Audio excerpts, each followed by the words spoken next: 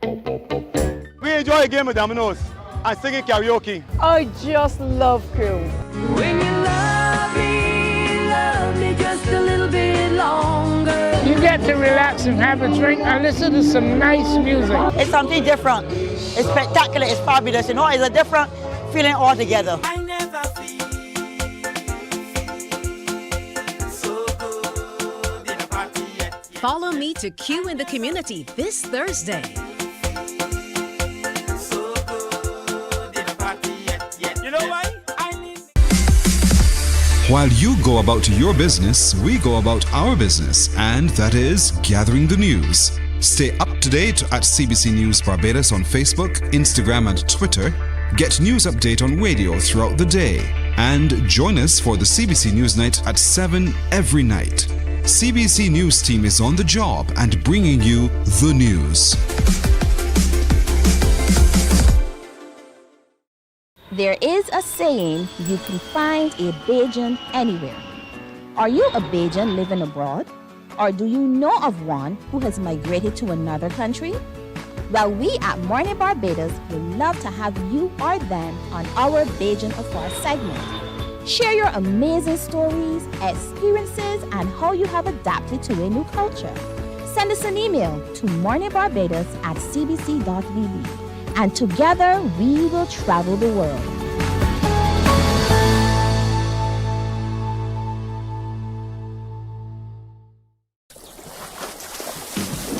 From the beautiful shores of the gem of the Caribbean, Barbados, home of the amazing Harrison's Cave, the tantalizing Oystins Bay Garden, our historic garrison, the indigenous road tennis, and the friendliest people in the world. We are 94.7 FM, the ultimate Bajan experience. My friend, you don't plan to get it? Oh, Barbados. Hey, I'm KB Clean. Join me 6 a.m. until 10 a.m. right here at 94.7, the best and ultimate Bajan experience. My show is called Bajan to the Bone. Don't miss it, Bajan to the Bone. Weekdays right here and only here on 94.7.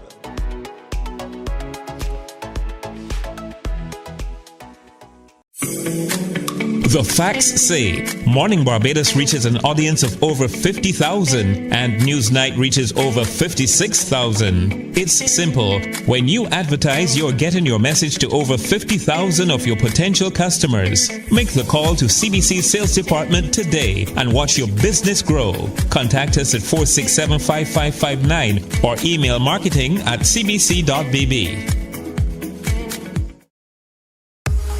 94.7 FM with the kind compliments of Great Health Works, agents for Omega XL and Probiotics. Guardian General Insurance Limited and the Cut and Drive Network brings live coverage of Cricket West Indies Home Series October 31st to December 19th. Join the action, brought to you by Great Health Works, agents for Omega XL and Probiotics. Guardian General Insurance Limited. Live safe, live easy, and the Cut and Drive Network. We enjoy a game of dominoes and singing karaoke. I just love cruise. When you love me just a little bit longer. You get to relax and have a drink and listen to some nice music. It's something different. It's spectacular. It's fabulous. You know, it's a different feeling altogether. I never feel so good in a party yet. Follow me to Q in the Community this Thursday.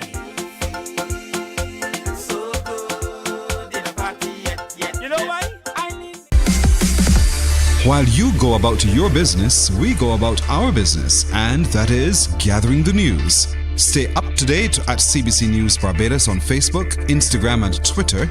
Get news update on radio throughout the day. And join us for the CBC News Night at 7 every night. CBC News team is on the job and bringing you the news. There is a saying, you can find a Bajan anywhere. Are you a Bajan living abroad? Or do you know of one who has migrated to another country? Well, we at Mornin Barbados would love to have you or them on our Beijing Afar segment. Share your amazing stories, experiences, and how you have adapted to a new culture. Send us an email to morninbarbados@cbc.bb, and together we will travel the world.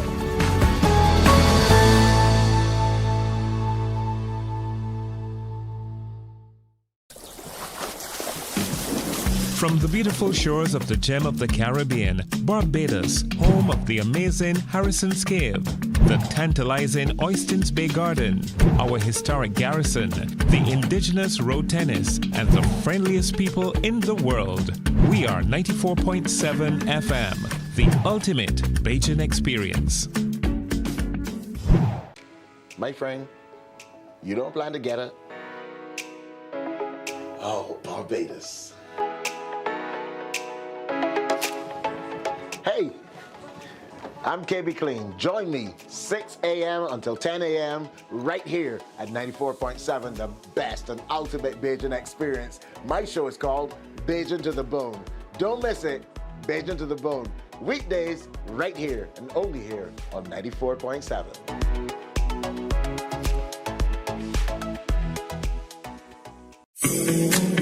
The facts say Morning Barbados reaches an audience of over 50,000 and Newsnight reaches over 56,000. It's simple. When you advertise, you're getting your message to over 50,000 of your potential customers. Make the call to CBC Sales Department today and watch your business grow. Contact us at 467-5559 or email marketing@cbc.bb. 94.7 FM with the kind compliments of Great Health Works, agents for Omega XL and Probiotics. Guardian General Insurance Limited and the Cut and Drive Network brings live coverage of Cricket West Indies Home Series October 31st to December 19th. Join the action, brought to you by Great Health Works, agents for Omega XL and Probiotics. Guardian General Insurance Limited. Live safe, live easy, and the Cut and Drive Network. We enjoy a game of dominoes and singing karaoke. I just love crew. When you love me just a little bit longer. You get to relax and have a drink and listen to some nice music. It's something different. It's spectacular. It's fabulous. You know, it's a different feeling altogether. I never feel so good in a party yet. Follow me to Q in the Community this Thursday.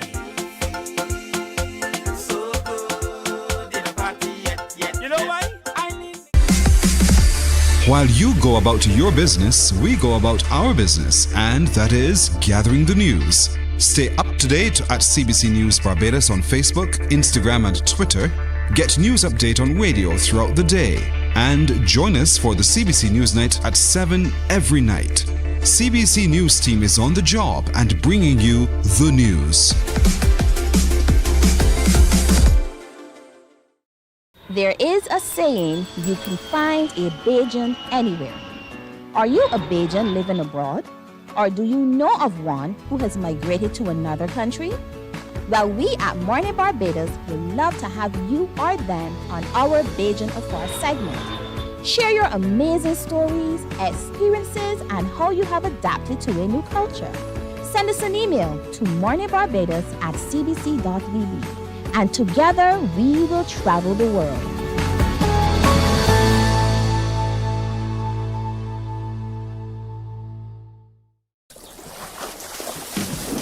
From the beautiful shores of the gem of the Caribbean, Barbados, home of the amazing Harrison's Cave, the tantalizing Oystins Bay Garden, our historic garrison, the indigenous road tennis, and the friendliest people in the world. We are 94.7 FM, the ultimate Bajan experience. My friend, you don't plan to get it? Oh, Barbados. Hey, I'm KB Clean. Join me 6 a.m. until 10 a.m. right here at 94.7, the best and ultimate Bajan experience. My show is called Bajan to the Bone. Don't miss it, Bajan to the Bone. weekdays right here and only here on 94.7.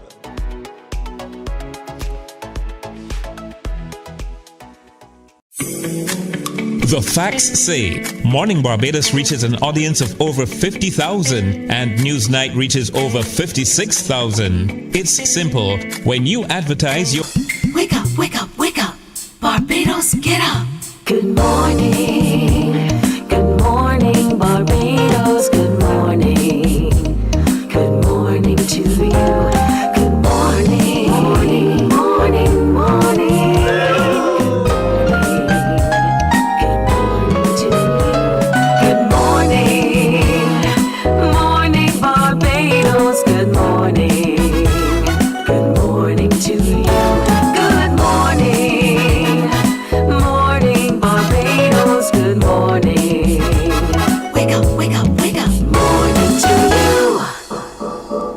Good morning, Barbados. It's Monday, November 4th.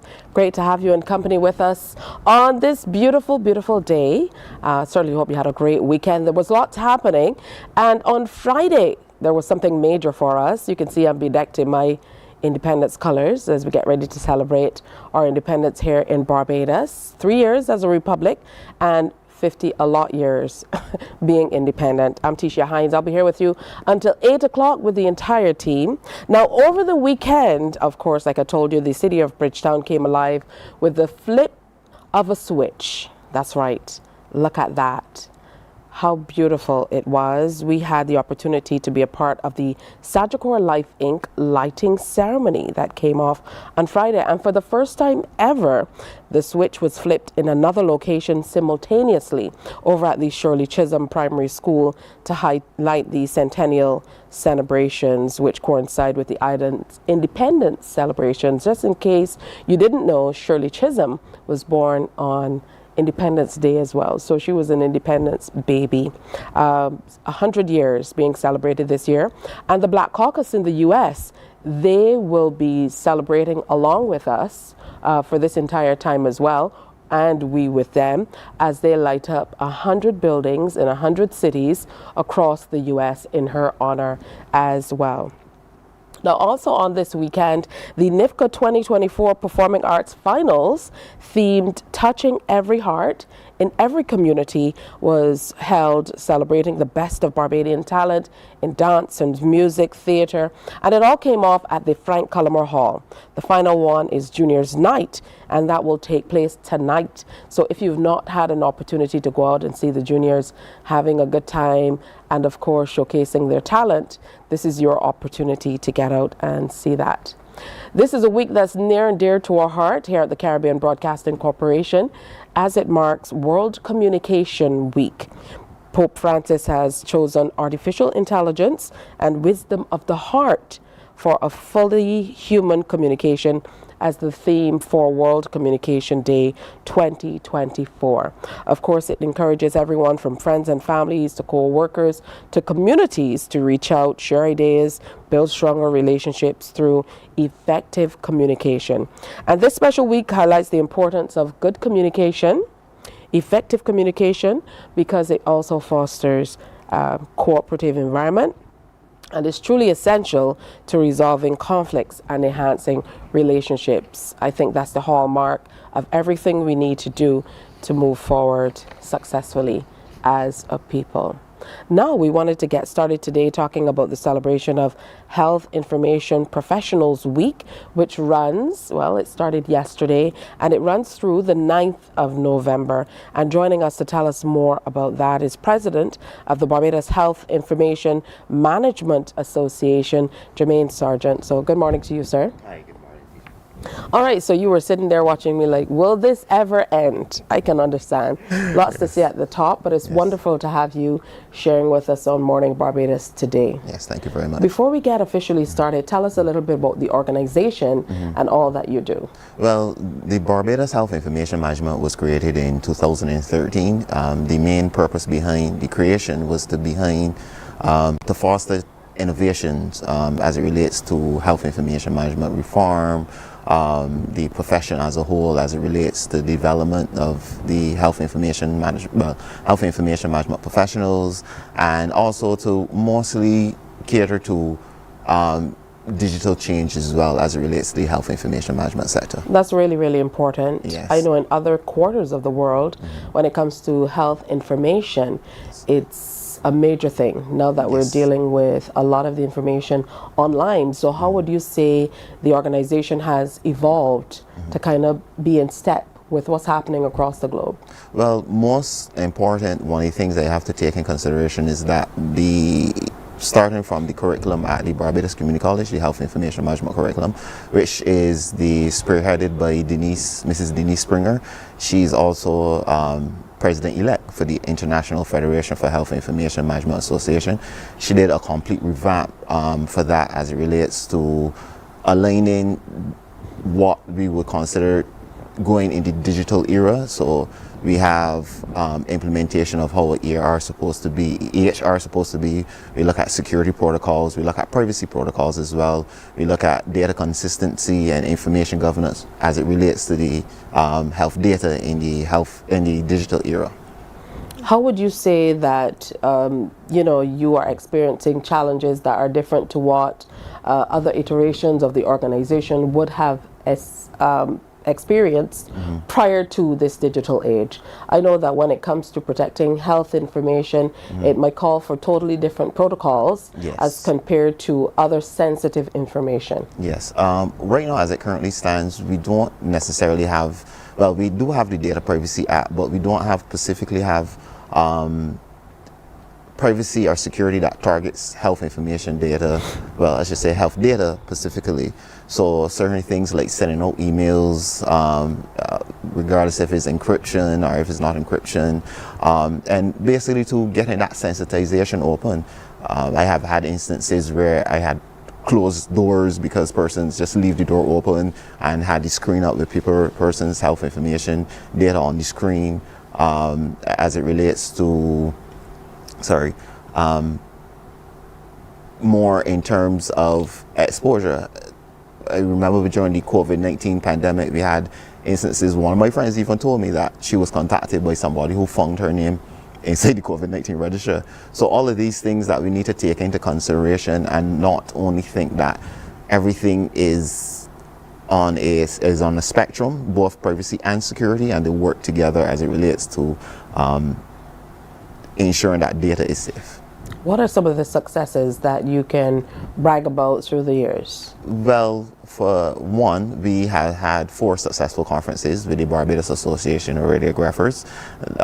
We had international researchers present, both from America, Australia. It was a wonderful, innovative experience as well.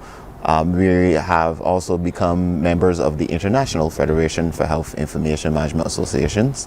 And also recently, her role, Mrs. Denise Springer, she is going to be the president-elect of the International Federation for Health Information Management Association. And that's the first for even anybody in the Caribbean. So we have had those instances as well.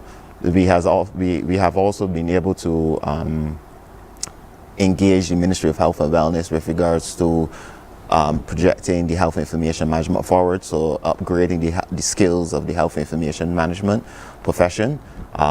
We are also looking at, as it relates to putting security protocols as it relates to data governance and all that in place as well too. Yeah, very, very important thing. How does this make life easier for patients as well as medical professionals? Well, for one, it ensures that data is accurate. We don't want a case where persons get misdiagnosed due to misinformation. As it relates to medical, well, patients on the whole as well too, the convenience as it relates to even accessing their information and ensuring that their information is safe and secure, knowing that they are getting the best care possible. And also with that, doctors, nurses, physiotherapists, anybody who works in the healthcare field can be rest assured that the data accuracy that they're doing and they're treating the patient with is accurate and comprehensive as much as possible. At this stage, how is it shared?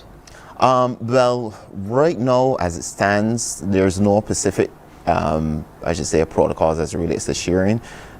Both public and the private sector obviously move differently. We don't have no protocols or guidelines in place as it relates to sharing of information. We have the Medata system that is up, but that is through the polyclinic system. The QH do use it, but not as extensively as the polyclinic system. So that is the only way that right now information is being shared. All right, so there's much work to be done, but congratulations on all of the strides that you've been able to make in this short space of time. I'm sure with the advent of AI, it will certainly change how you collate, disseminate information across the board as well. Now for the week of activities, what are some of the things that we can look forward to in observing this week with Bahima? Well, this week we are going to focus strictly on awareness and education. So we would encourage all Barbadians to come out to the polyclinics. We have boards, posters up. We are going to focus on a dollar drive as well, so that we can help raise funds. And on Saturday at 4 o'clock, corner court, we also have our paint and sip. So you can follow us online at Barbados HEMA on Instagram, or you can email us as well at info.barbadoshema@gmail.com. Now, when you say HEMA, the rest of us don't know what you're talking about, so spell it out for the audience. So that they understand how to follow. Right, so it's Barbados HEMA, HIMA, well, then that's the Instagram, just Barbados HEMA. Yes. And they can go on board. Now, who makes up this organization?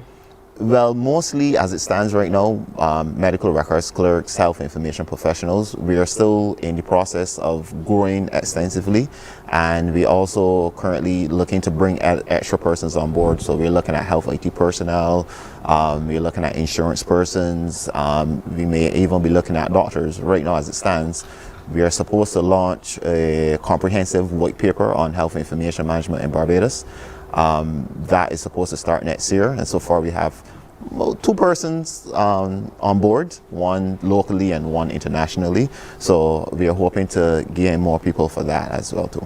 All right, excellent. A lot of the times we see what's happening in front of us, but we don't know how many people are working behind the scenes to be able to make life a lot easier. And I would imagine that the work of the Barbados Health Information Management Association is one of those organizations kind of working behind the scenes to make things happen.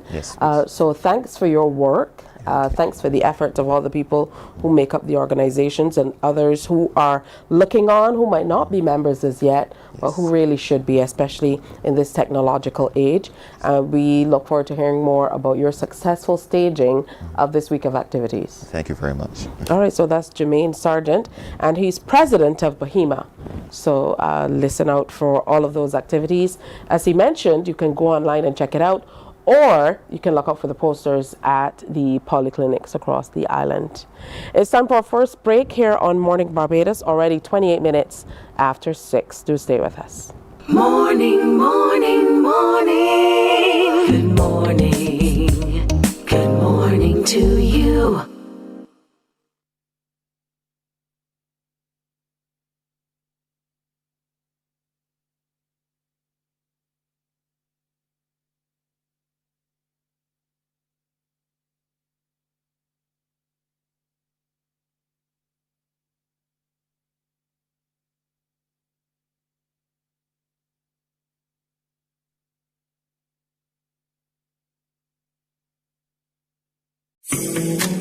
The facts say Morning Barbados reaches an audience of over 50,000 and Newsnight reaches over 56,000. It's simple. When you advertise, you're getting your message to over 50,000 of your potential customers. Make the call to CBC Sales Department today and watch your business grow. Contact us at 467-5559 or email marketing@cbc.bb.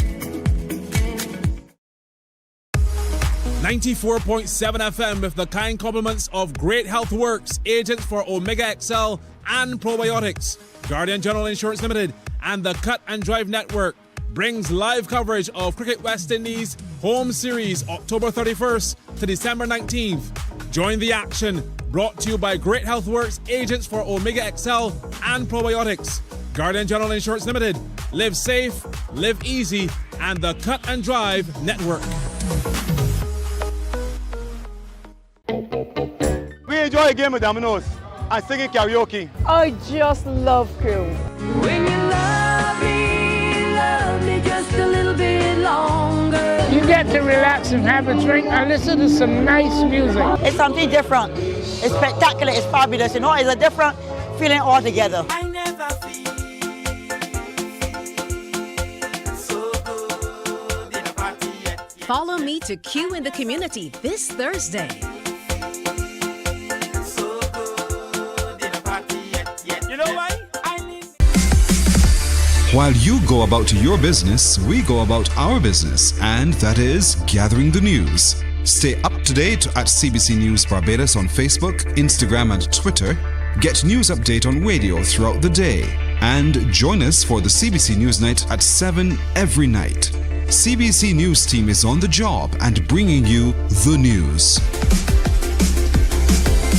Good morning, morning. Good morning. Good morning to you. All right, welcome back on this Monday, and we're still into health information, as we should be, as we tell you a little bit about the QEH hosting their 3rd annual diabetes conference, and it's under the theme, The Longest Journey Begins with a Single Step. And that means a great deal. So here with us to talk a little bit more about it, we have Dr. Charles Pierce, who is consultant ophthalmologist. Good to have you with us this morning. Also here is Dr. Danielle Doughton, Senior Registrar, Internal Medicine and Certified Nephrologist. Morning. And Dr. Mike Krimholtz, Consultant Endocrinologist and Diabetologist. Good to have you here as well. All right, so I'll start with you, Dr. Krimholtz. Tell us a little bit about the importance of this theme to what you're hoping to accomplish in terms of sharing information as we continue to hear so much about the impact of NCDs, not only in Barbados and the Caribbean, but the impact it's having across the globe. The impact is huge. I mean, what sparks this off is the 14th of November is World Diabetes Day. We only have one day, not a whole week, but every year this comes up to raise awareness about diabetes. Diabetes is a huge problem, especially for Barbados, where 1 in 5 adults, whether they know it or not, have diabetes. And it affects many things. It's not just blood sugar. That's why you've got a nephrologist next to me and an eye specialist, because it affects many different organs. We're going to be focusing as well on the diabetic foot, because everyone's scared about losing their feet at the hospital, and we do chop off way too many legs at the hospital, and we need to raise awareness so people know what to do to avoid getting the complications and even avoid getting the condition in the first place. So it's a huge topic. We haven't got a lot of time to discuss it, but we have a session on the 19th of November for healthcare professionals to talk about all aspects of diabetes, but we'll be focusing on the foot. There's also this Wednesday evening at the Queen Elizabeth Hospital Auditorium. We're calling it a town hall. It's a sort of open forum so people can ask questions, sort of everything you wanted to know about diabetes but was too afraid to ask. You're not going to struggle to find any opinions on diabetes. You can go to any rum shop and people will tell you what they know about diabetes. The trouble is a lot of it is either out of date or wrong, and the internet's all very well, but there's a lot of misinformation. And people don't necessarily know specifically where to go. So it's wonderful to have the professionals coming in and sitting in. And I often say this, a lot of the times when people come in to see a doctor, there's not a lot of time to kind of engage as you move from patient to patient. So to be able to engage in this where we might be able to share a little more information is a way that we can maybe dispel some of the misinformation that you mentioned even before we came on air. So for you, Dr. Doughton, talk to us about some of these maybe misconceptions that we need to set aside as we look toward World Diabetes Day coming up later this month and a lot more. Okay. I think a lot of it is that, patients might be, yes, aware that they have diabetes and hypertension, but sometimes they don't fully understand the extent or the damage that they can do to their body when they do have it. And it is a difficult disease to manage. I'm not going to say that is not the case. But we are here. We're here to help you. There are dietitians, there's nutritionists, there are podiatrists. So there are people available in the system that can help control the disease. And, you know, for me, specifically for kidney disease, it is a really huge burden on the country in general and the hospital, because we spend a lot of our money actually on dialysis, and the majority of patients on dialysis have diabetes is from diabetes. So it's important for patients to know that kidney disease is something that they have to look out for when they have diabetes from the get-go. From the time that you have the diagnosis, then it's something that you need to look for. And you usually do that with blood tests and urine tests, specifically for the kidneys, because sometimes doctors would do a blood test, but it's not necessarily for the kidneys. So I want the patients out there to know that they could ask, you know, I need to get my kidneys checked. I need to get my urine checked for protein because I have diabetes, and I need to know what is going on. And this is something that should be done at least annually. So it's not a one-off test, you know, so it's something that they have to do, and it's ongoing. It's always ongoing. So we just have to let them know that this is something that, you know, once you have the disease, you have to keep checking, you have to keep at it, even though it is a difficult process, it's an ongoing process. It calls for a lot of management. There are many conditions and diseases that we hear a lot about multidisciplinary care, but this is one that you certainly have to go across disciplines to be able to adequately manage it. And we hear a lot about, you know, we talked about the diabetic foot, we talked about kidneys, but we hear a lot about the eyes when it comes to diabetes, and I'm sure that you see a lot of the fallout for what's happening with Barbadians in this regard. Yeah, absolutely. And sadly, we tend to see them at the advanced stage of the disease. And similar to what Dr. Doughton is saying, it's really important that people get their eyes checked just to make sure that there's no sign of diabetes, because if it's picked up at the early stage, then you can intervene and you can make a real difference in terms of people's lives. But unfortunately, a lot of the time that we're seeing patients is towards the end stage where they're actually losing vision. And in a lot of cases, unfortunately, you're not able to reverse those changes. So diabetes affects all organs of the body. So we really need to So Dr. Krimholz, in taking care of people with diabetes, I know that you will also want to kind of get ahead of it, which is important for people to start where there might be some signs that they could be pre-diabetic and things like that, to be able to take care of themselves. So what's your general message for people watching this morning as we look toward World Diabetes Day? What's your general message that might dispel again some of the misinformation that you talked about for people to get ahead of the disease? The general message is that it's preventable. Both type 1 and type 2 diabetes can be prevented, but even more importantly, if you have diabetes, you can do a lot to stop things happening, bad things happening. If you're meeting people like us, it's usually pretty bad news because we're involved in dealing with end-stage complications. But the point is, you don't have to end up in Dr. Doughton's dialysis unit. There's a lot you can do about it. So we're not just testing and looking for problems. We're doing it because there's something you can do about it and stop progression. So I think the message is this is a positive one. This is a very treatable condition. You can even reverse diabetes. You can stop complications. There's a lot that can be done. We're not helpless bystanders here. There's a lot we can do. Where things go wrong is where we don't pay attention, where we don't make the necessary effort to get involved early and intervene before bad things happen. So for the theme this year, I mentioned it at the beginning, the longest journey begins with a single step. Can you share how this theme was chosen and why it's significant at this stage? Right.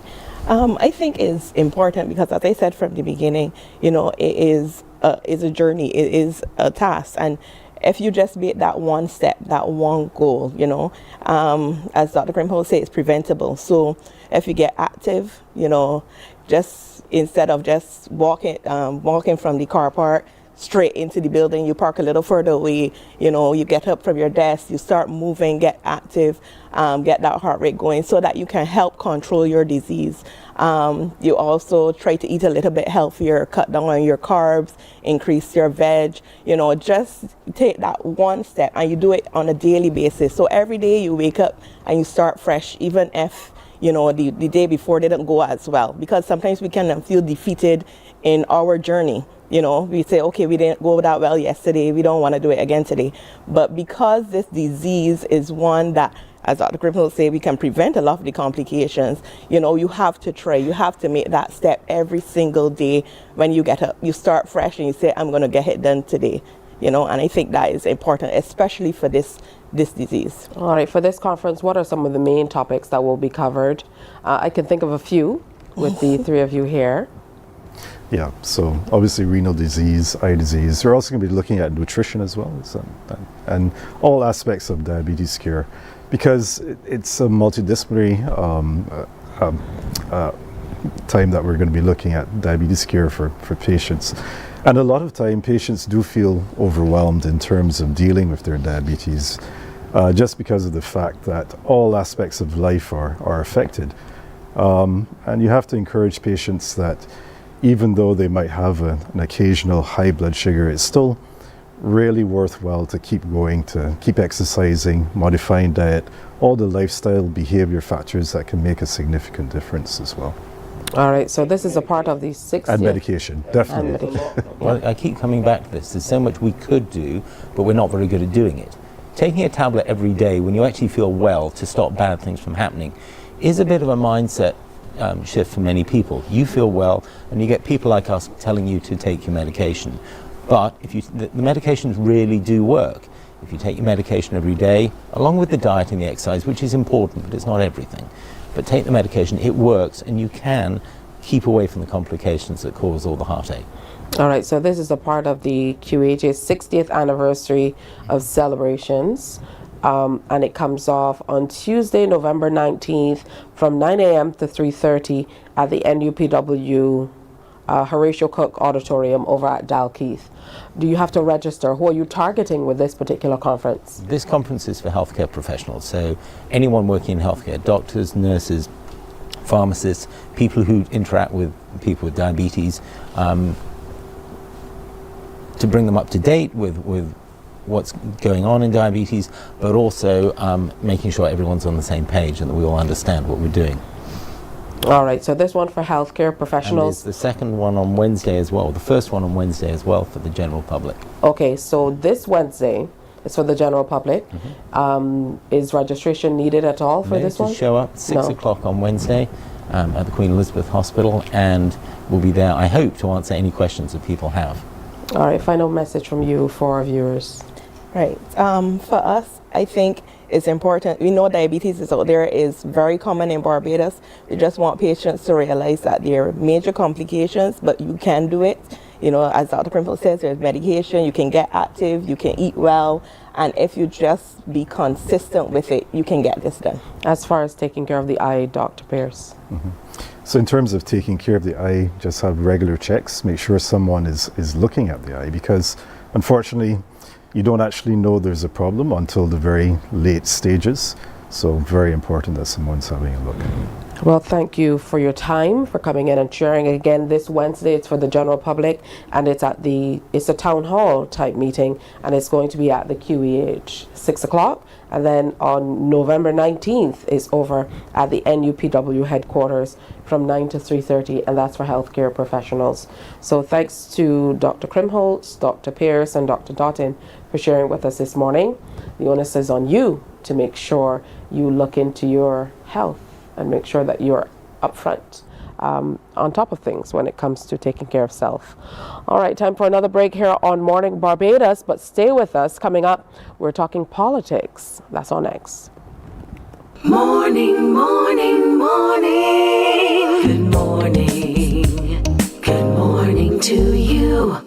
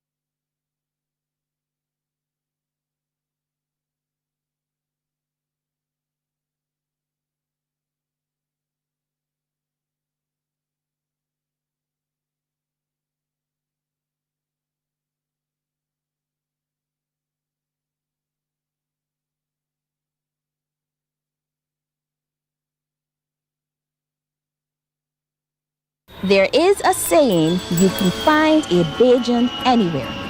Are you a Bajan living abroad? Or do you know of one who has migrated to another country?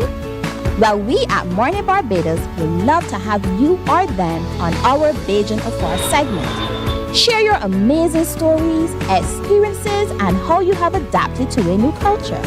Send us an email to morninbarbados@cbc.bb, and together we will travel the world.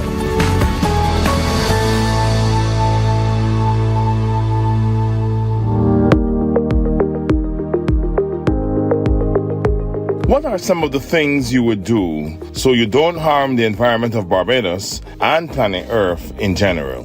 I would start by not littering myself.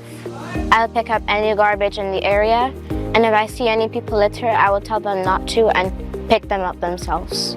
I would use more solar energies and wind energy since we have more sun every day in Barbados.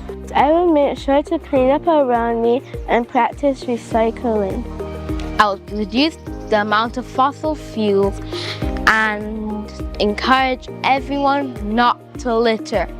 I would drink tap water instead of buying bottled water and use reusable bottles to reduce the amount of plastic sent to the landfill. Some things I would do to not harm the environment is to not do illegal dumping. Protecting the environment starts with you.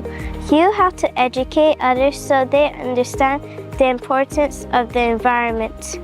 My name is Evan O'Neill Payne. I go to Bailey's Primary School. My name is Kenna Robertson. I'm 9 years old and I attend Wills Primary School. My name is Alana Mahadeo. I am 9 years old and I attend Wills Primary School.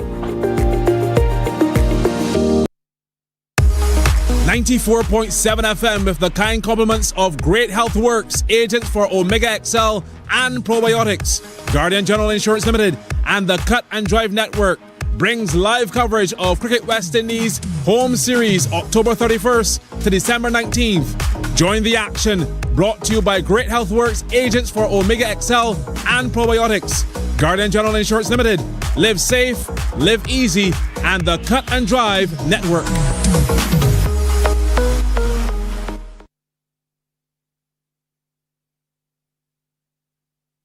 Some ask, what makes Barbados so special? We at Mornin Barbados say it's you, our exceptional youth. You are talented, resilient, and inspirational. You are the epitome of the Barbadian spirit, testing the boundaries of your creativity. If you are an entrepreneur, artist, baker, designer, author, or have done anything you think should be highlighted, email us at morninbarbados@cbc.bb. Let us show the world our exceptional Bajan youth. Morning, morning, morning. Good morning. Good morning to you. So it's just about 10 minutes to go before 7 o'clock, and a perfect time for us to tell you all about some of the celebrations coming up as a part of the 200th anniversary of the Anglican Diocese of Barbados. I did say the 200th. So let me go right ahead and say good morning to Reverend Canon Dr. Sonia Hines, who is rector of St. Leonard's Anglican Church. Good morning to you. Good morning to you. Good to be here. Thanks for having us. Wonderful to have you here, as well as Patricia Hart, who is a retired public health nurse as well, and I would imagine very active member of the church. Very much so. Which is what brings you here with us today.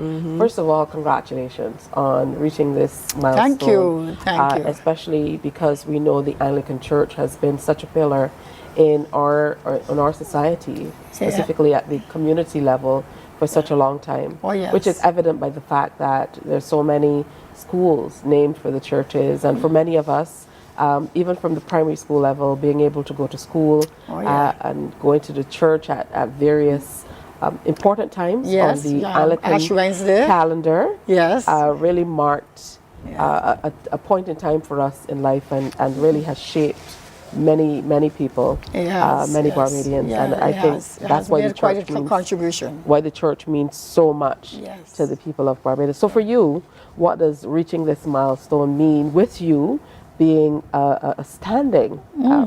I think it's significant for us in Barbados. We are doing it along with the Diocese of Jamaica and Cayman Islands, but we have been able to, I think, over the years, not always did the right things, and certainly now as we try to be responsive to the culture of Barbados in a way that we weren't 200 years ago. So it's really challenging us to look again at what it is to be Anglican in Barbados. And in fact, this theme that the Bishop proposed, we are still standing but not standing still, gives us an opportunity to continue with that kind of conversation with the church and the society interfacing with each other. Now, Ms. Hart, from you, your thoughts on that as a part of the membership? I think it's very important the church continues not only with education but with health, because after all we have a mandate from Jesus himself who said that we must heal the sick. So there must be some effort to assist with health promotion now. Wonderful. Now the parish, the parish is located within St. Michael. Yes. You're getting together. I'm told there are 10 of them. Where to get 3? There are 10 of them getting together, and you're hosting a series of events. Yes, thank you.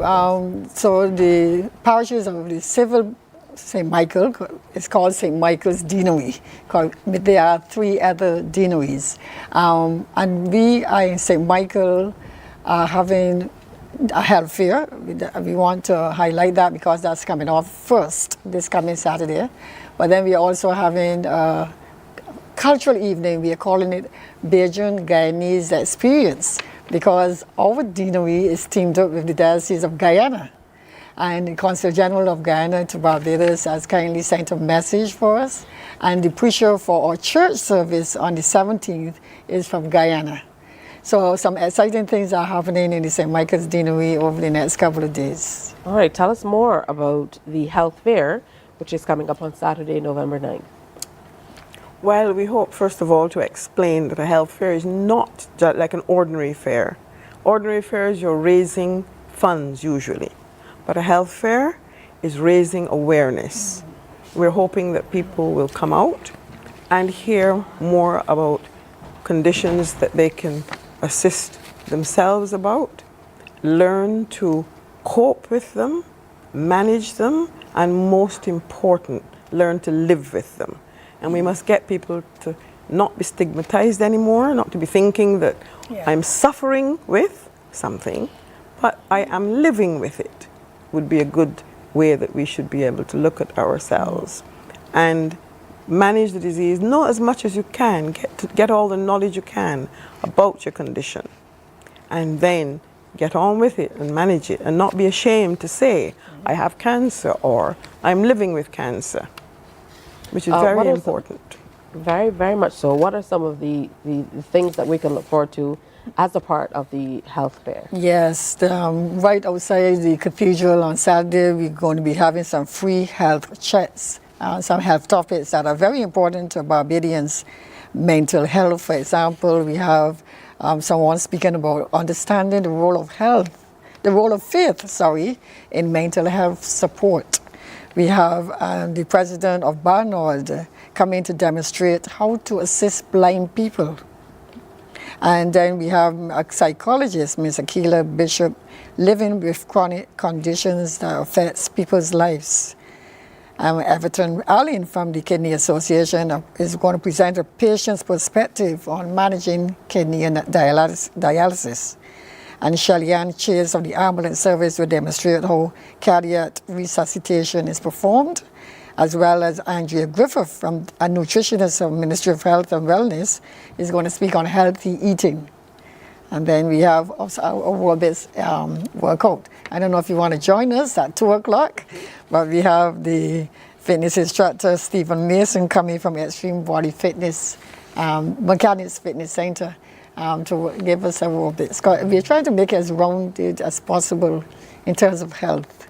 So there's mental health, there's issues dealing with how to keep physically fit, but there's also some presentations that we are having, and some samples will be given out as well. And this is at the St. Michael's Cathedral? Well, you know, just outside on the village greens. Okay. Just outside the Central Bank or the St. Michael's Cathedral, in that area that we call the Central. And it goes from 9 o'clock on Saturday from 9 morning. to 3. 9 to 3, so lots to do throughout that period. Yes. Now, another event that is coming up, you are also going to be moving forward with that Bajan Guyanese experience. So I'm intrigued. Let me hear a little bit more about that. Well, we're going to have some calypso. Lady Virtue is going to be singing from Barbados. And we're going to have some delicacies from Guyana, including, of course, pepper pot. We're going to have a message from remarks from the ambassador to CARICOM, the Honorable His Excellency David Commonshaw. And a wonderful evening, all free, at the St. Paul's Conference Center, just behind St. Paul's Church there in Bay Street. All right, so I know it's going to be lots of food. I know a thing or two about Guyanese. So, and Bajans alike. So definitely look forward to that. Of course, the Guyanese don't say pepper pot, say pepper pot. Shorten it. Okay. What's the third activity that will be happening? The third activity is actually a church service, and that's at 5 o'clock on the 17th at St. Mary's Church right there in the city. And again, we're having Guyanese input, where the preacher is coming in from Guyana. The Reverend Wendell Roberts is coming to be the preacher at Evensong. We're hoping to have a packed St. Mary's Church on that Sunday evening at 5. And we're inviting everyone to join the St. Michael's parishes there. All right, that's beautiful. So, you know, lots happening. Of course, you can check in with what's happening online as well. And the theme this time around is we are still standing, but not standing still. This says a great deal with all of the activities and working together. I love the fact that you're doing stuff not only with the St. Michael Deanery, but also including other countries as well. Oh, yeah. Oh, yes. Yeah, because we are part of the province of the West Indies in terms of the Anglican Church. So we have these brothers and sisters across the Caribbean that are important to us as well. All right, that's excellent. Final word from you, retired Nurse Hart. I don't know if you can ever retire as a nurse. I feel the need to call you Nurse Hart, about why people should come out, particularly of a certain age or with certain conditions, to be able to be a part of this particular health fair. Not necessarily a certain age. We like to think of prevention and health, not just older people, but younger people should come as well. We're going to have some music to keep us cheered. DJ Crank is going to come. DJ who? Crank, he is. Youngster. And he's going to be his music is going to be inviting so and gentle. Come out and feel a bit cheered. Yeah. And we are thankful to Mr. Stuart Williams of Williams Equipment, who are loaning us the equipment to give him the generator to give him. Yeah, we have had some very good partners in getting this help, including the Diabetes and Hypertension Association, the Cancer Society, different groups, and one of the members on the committee, Annette Clark, has really been able to work with some of them to get us going. All right, well, thank you so much for coming in and sharing. There's still lots to do. And if you're just like me and you love moving around the island, one of the ways that the church that they're celebrating is that they have a few of the churches lit for independence as well. So make sure you get out and see that too. Yes. But remember, coming up this Saturday, November 9th, 9 to 3 on the Village Greens, close to the church, close to the cathedral, you can get your free health checks. Topics from mental health all the way through to aerobics, and with DJ Crank. It's going to be an exciting time on Saturday. Thank you both for sharing with us. Thank you for having us. Thank you. All right, it's time for another break, but stay with us. We have lots more coming up. Morning, morning, morning. Good morning. Good morning to you.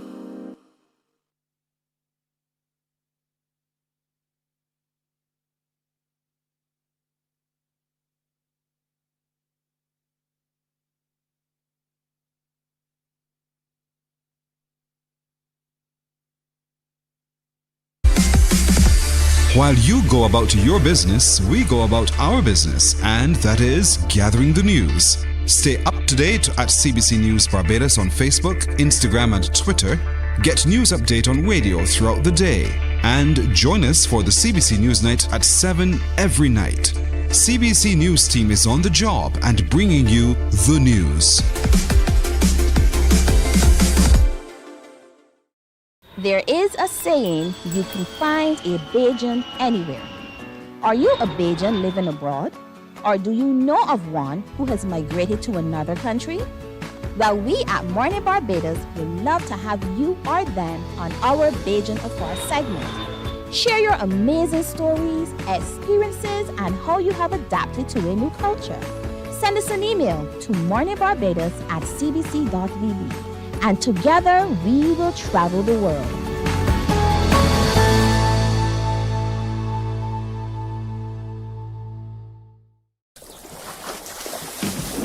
From the beautiful shores of the gem of the Caribbean, Barbados, home of the amazing Harrison's Cave, the tantalizing Oystins Bay Garden, our historic garrison, the indigenous road tennis, and the friendliest people in the world. We are 94. Morning, morning, morning. Good morning. Good morning to you. Now, we've been hearing a lot about the U.S. election is coming up tomorrow. The Democrat is Vice President Kamala Harris, who is on the ballot with Minnesota Governor Tim Walz as her vice presidential running mate. And the Republican is former President Donald Trump, who is running this year with Senator J.D. Vance of Ohio. There's much talk about what the possibilities are. From the last bit of info that we heard, they're saying that with the early ballots that have been cast, Vice President Kamala Harris is slightly ahead in those who've already voted, and former President Trump is ahead in people who have said they've not yet voted. So much to look forward to.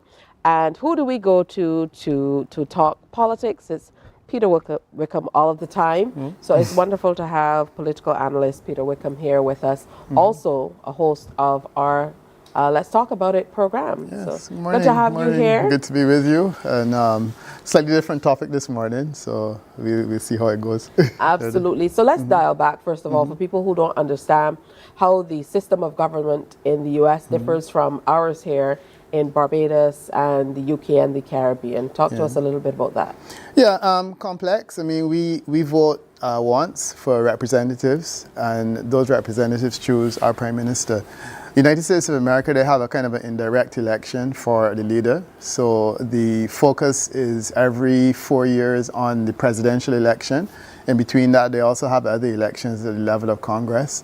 So they have elections at several different levels. They have the state level, they have at the county level in some instances, and then they go to the national level. But the real interest is in the presidential election, and I would say the main difference is that they actually vote for a president, while we don't vote for a prime minister. Parliament determines who the prime minister is. In their case, they vote for an electoral college that inadvertently votes for a president, which is another layer of complexity, but for all intents and purposes, you can say that they vote for their president while we don't vote for our prime minister. We vote for our MP. So they vote for the MP as well, and then they also vote for the president. And that's the big thing every 4 years. We have a presidential election in which several other races are determined, but ultimately the question is whether it will be Trump or whether it will be Kamala. There have been several things that have made this particular run very different from any other run I certainly think I've experienced in my lifetime in a U.S. election, namely starting where a lot of people thought the outgoing president would have been going up again, and kind of halfway through the race with just a few months to go, we saw that he stepped back and put his vice president forward.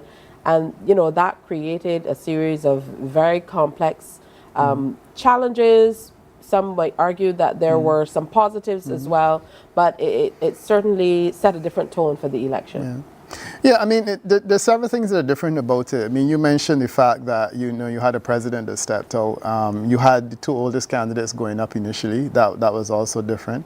And then in terms of Donald Trump was the first person who was president who failed to win a re-election that actually went back up again. In the American system, they don't circulate people. They don't recycle individuals. So when you lose an election, invariably you don't come back again. Trump, however, lost an election and then he returned. And I thought that was pretty unusual for the Republicans to choose a nominee who had failed in a previous bid. And then, of course, President Trump became the first nominee for either political party that had a criminal conviction. And I think that was pretty significant, that you are running against a person with a criminal conviction, an indictment, and several others to follow. And that made it unusual. But we're in an uncharted territory. I think that one of the key things is the level of polarization. And certainly when I speak to people, they ask me, why is it that a person like Donald Trump is doing so well against a person like Kamala Harris? Why is a highly imperfect candidate doing so well against someone who is probably not the best candidate either, but certainly doesn't appear to have the level of imperfection that Donald Trump has? And I think that's a big question that people have been asking. And it takes my mind back to his race against Clinton, Hillary Clinton. In a situation where I appreciated that Hillary Clinton had some challenges, but it was nothing compared to the challenges that Trump had, which we understand are consistent with his performance in office and the challenges that he had while in office. And he was able to beat Clinton. So, it speaks to the extent to which Americans who are Republicans are prepared to support whomever is a Republican candidate. And also, the fact that there are a lot of people who will just close their eyes to Trump's imperfections and say, look, maybe he can make America better. And that's the reality. Do you think that all that has happened with Trump, even after he left office, has made a difference in terms of the level of support that he has seen, namely the challenges at the Capitol and his legal woes, for example, the fact that even Dominion, that managed many of the voting machines, sued, for example, Fox and the media behind that for the claim that the campaign was stolen or the election was stolen, the fact that he never said that he lost the election, the differences that he had with his vice president Pence and so on.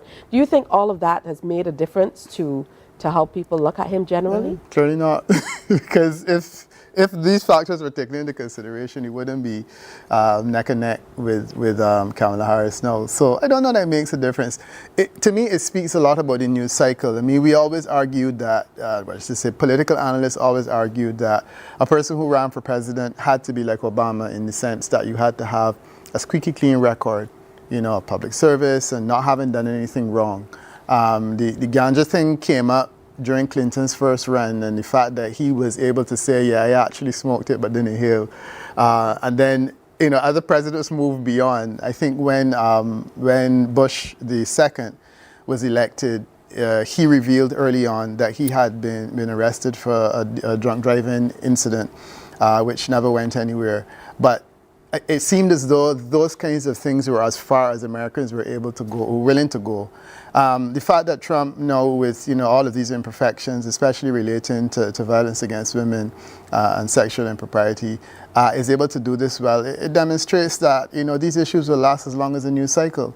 And ultimately, I don't know that voters forget, but I think they come to a point where they don't really care anymore. And I think that really is it. So the election is really not about Trump's imperfections. The election is really about the extent to which people are saying, who can make my life better? And Trump seems to have been able to convince people that with all his imperfections, he can probably make people's life better. And it's interesting. It's a very interesting dynamic. Yeah. What impact do you think it will have on this part of the world and other parts of the world, given all that's happening? War, there's a lot of conflict. I know that they have a lot of sanctions going on, even with China, as they continue the technological battle. The isolationist inclination of Donald Trump is what worries me. Excuse me. He's going to have a profound effect nationally, well, regionally and internationally. It's difficult to imagine the impact it had when, for example, Trump pulled out of the Paris Accord. Environmental issues are key on the agenda now. I think they're important for the Caribbean, certainly as Prime Minister Motley's become one of the champions, and it's extremely important to developing countries in the world. If Trump is able to get back into office and roll back any initiatives America has been taking to move in the direction of greater environmental protections, is going to be problematic. And that's just the beginning. The possibility that this war will either end quickly based on his decision to just give away Ukraine to Russia, and the imbalance that will create globally is going to have significant implications. The situation in Gaza cannot get any better under Donald Trump, and the feeling is that he will probably take postures which are sympathetic to the Israelis, and that's something that I think people globally are certainly aghast at. The numbers of children being killed and whatnot. It bothers many of us, and I think that the feeling is that Trump will not help any of that go away, and I think it will anger the world. His first time in office had a profound international impact, and indeed a profound national impact. And it's amazing that here we are a day away from the election, and we're thinking that it's entirely possible that we will go back to those days again. But then ultimately, it's not a decision that we make; it's a decision that the Americans will have to make. Absolutely. What are the things that people are looking toward? You talked about people believing that President Trump or former President Trump can make the economy better. But what are some of the other things that are on the ballot paper, so to speak? Yeah. Well, I think Trump seems to have an edge regarding the economy. There's a feeling that he's been successful and he can make America successful. That's one thing. In terms of Kamala Harris, she has been pushing the, one could say, the reform agenda, and also the agenda of certainly women's rights. The protection, she's talking about Roe v. Wade having been repealed, now having a federal position in relation to abortion, and she's been very strong on that point, and I think that that's something which sets Americans apart from a lot of the other developed countries in the world. I mean, in France, we're talking about having a right to abortion constitutionally entrenched. I mean, Barbados is the only, and I'm very proud to say that, the only country in the Caribbean that actually has a medical termination of pregnancy act that makes it possible for women legally to have medical terminations. Slightly more ambiguous elsewhere in the region, but one assumes that developed countries that are leaders will have more progressive positions than to suggest that there should be a complete ban on abortion. So she's been pushing that point, and I think that she's also been pushing the point that she's there to make people's life better, while he is there to settle scores and to get even. But in an environment where the cost of living globally is a problem, it's Barbados, United States of America, UK, in France. Globally, we are, I think, at the lowest ebb regarding people's concern about the cost of living. Trump has been able to get into people's heads regarding this idea that a cost of living, which is a problem globally, is only a problem in America, and it's a problem that Kamala has created with Biden, and that he will make things better. The reality is far from that. But ultimately, when someone goes to the supermarket and they can't afford groceries, their assumption is that the person who's president is responsible for that reality. I've had to argue that case in so many different Caribbean islands that I've been working in, that your concerns about the cost of living are not unique. But ultimately, I appreciate that a voter is not interested in hearing that conversation. The voter is concerned about themselves, their pockets, and them going to the supermarket and not being able to feed their families. And there's a lot of that going on in the States. And I think it comes down to that situation. One thing quickly, though, we need to mention is this whole electoral college, which is interesting. So you have to get 270 votes to win. And I think that really is the objective for both of them tomorrow. It is understood that the Republicans have an edge where the Electoral College is concerned because of the way it is constructed. The Electoral College is elected and then votes for the president. And it's a system which doesn't appear to be very democratic. I mean, you think of Hillary Clinton, who got millions more votes than Donald Trump, but lost the Electoral College. But ultimately, that's the way the system is. And I think that, again, that's one of the issues that Kamala Harris is also going to be fighting against, this inbuilt bias towards the Republicans, that she goes in fully understanding. Were it a popular election, there would be any question, I think, that she would come out on top, as would Clinton and, you know, and probably Gore in the past. But that's the system that they have. Predictions? Well, I mean, I hope that Kamala Harris wins and that she shatters the ceiling, the glass ceiling, that she becomes the first president, the first woman to become president of the United States, and a black woman, no less, with a Jamaican parent. That would be my hope. My professional opinion is that it is highly likely that Trump will win. It's also highly scary that Trump will win. So it's not so much of a prediction, but it's a hope. And it's also an acceptance of a reality that it's possible that will not happen. But I am comforted somewhat by the polling that has happened over the last 24 hours. And I also want to say very quickly that a big part of the problem is that it will come down to turnout. And turnout is very, very difficult to predict. That was the challenge with the prediction of the Clinton victory. And I think that that's the problem they face now. Will recalcitrant Democrats come out and vote for Kamala Harris in areas where she is marginal? If they stay at home, Trump wins. If they come out and vote, Trump is beaten. And I think that really is what it comes down to. And polling is notoriously bad at predicting whether people will vote or not, largely because most people don't know whether they will vote until the day in question. So there we are. What could a Harris win mean for women across the world who are in politics? I don't know that we're at the stage really where it's material. I think a Harris win, it essentially empowers women in the United States to believe that they can do it too. In the same way that black people were empowered to know that a person like Barack Obama could become president. It's less a situation where Obama got in and did anything materially that assisted black people in the same way that I don't know that Prime Minister Motley has been able to materially assist women any more than they were being assisted before. The issue to me is really about an inspiration that a person gets from seeing someone that looks like them. And the idea that people like myself, for example, as a very proud feminist, is proud to know that if I have a niece, or any of my nieces, or my great niece, could become the leader of their country in one way or the other. And I think that that's the way that a lot of women in the United States of America are viewing it, that, you know, they're happy to see that their girls can do that as well, and that they're empowered in that way. So that to me is really where this whole gender issue comes down, that it's time. And I think that we all feel it's time. We've seen women emerging in the UK. Recently we had a female prime minister in France. You know, it's time. And I think that it's passed through. And, you know, I wish her all the best.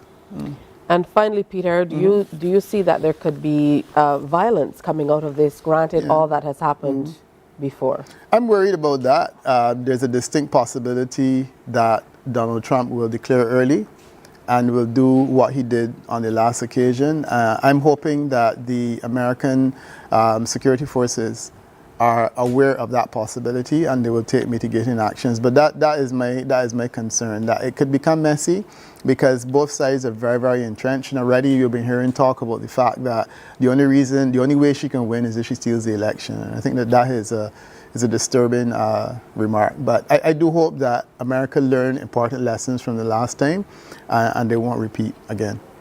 All right, well, they're going after very different voters. We saw Harris going after Arab Americans and particularly younger voters. And Trump, it was really just he and his base were going after his base. Yeah, and the older voters, you know, the older voters are reliable in a way that younger voters aren't. I mean, younger voters are usually more energetic and stuff, but the older voters are reliable. And I think that is really Trump's advantage, that he's relying on a person whose views have not changed in 100 years and that will come out and they will vote reliably. While young people, you have to convince them. Yeah. And I think that is the dividing line that you've just drawn quite rightly, and that is the difference between the two types of voters. Yeah. All right, well, there's only one way to know. That's when it all happens, and it's happening now.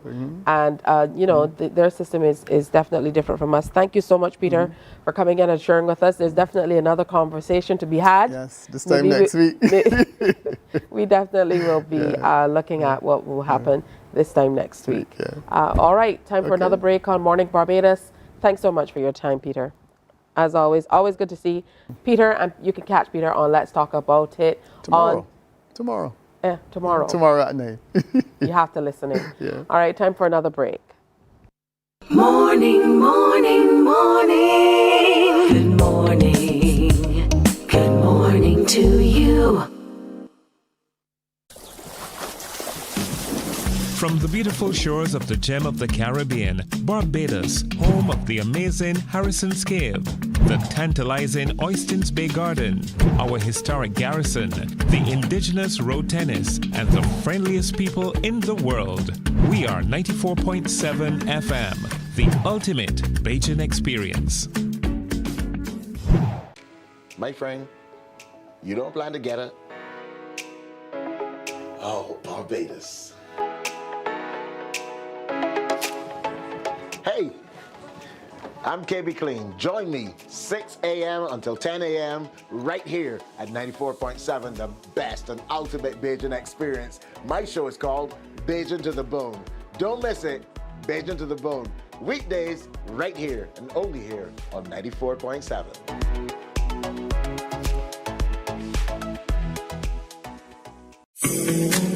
The facts say Morning Barbados reaches an audience of over 50,000 and Newsnight reaches over 56,000. It's simple. When you advertise, you're getting your message to over 50,000 of your potential customers. Make the call to CBC Sales Department today and watch your business grow. Contact us at 467-5559 or email marketing@cbc.bb. 94.7 FM with the kind compliments of Great Health Works, agents for Omega XL and Probiotics. Guardian General Insurance Limited and the Cut and Drive Network brings live coverage of Cricket West Indies Home Series October 31st to December 19th. Join the action, brought to you by Great Health Works, agents for Omega XL and Probiotics. Guardian General Insurance Limited. Live safe, live easy, and the Cut and Drive Network. We enjoy a game of dominoes and singing karaoke. I just love crew. When you love me just a little bit longer. You get to relax and have a drink and listen to some nice music. It's something different. It's spectacular. It's fabulous. It's a different feeling altogether. I never feel so good in a party yet. Follow me to Q in the Community this Thursday.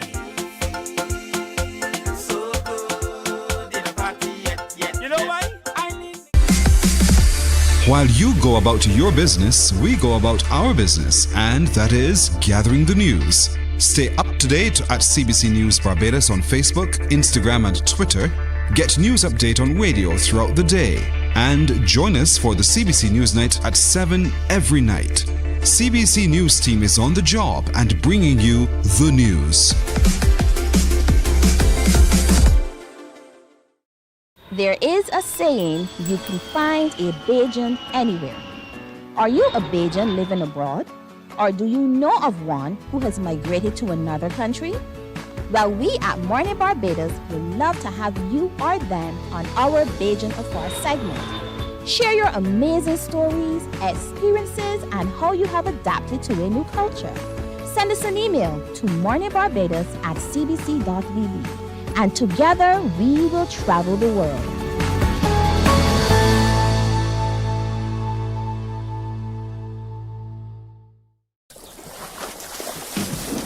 From the beautiful shores of the gem of the Caribbean, Barbados, home of the amazing Harrison's Cave, the tantalizing Oystins Bay Garden, our historic garrison, the indigenous road tennis, and the friendliest people in the world. We are 94.7 FM, the ultimate Bajan experience. Morning, morning, morning. Good morning. Good morning to you. It's 7:26. Make a move if you want to get there on time. You definitely have to get out of the house. I don't know if you're a coffee body like me or you like a little tea, whatever it is. Just make sure that you have a good time getting it and getting through the door to get the little ones out or to get yourself there on time. For all the retirees watching, lucky you. Have a great day relaxing or doing whatever you're doing. All right, so it's time for us to welcome the beautiful parish of St. Andrew to Morning Barbados in their green, representing the lush and pristine St. Andrew. We have Tadio Williams and Shantae Thorpe, this year's parish ambassadors. Welcome. Thank you. And also here is Tricia Henry, who was a parish ambassador way back in 2011. Yes, please. She is now the attendant. So welcome. Good to have you with us. Good morning. Thank you. Nice to be here. Good morning. Talk to me about how things are shaping up for the Spirit of the Nation Gala in 2024. Okay, so basically this year it has been quite different to my tenure back in 2011.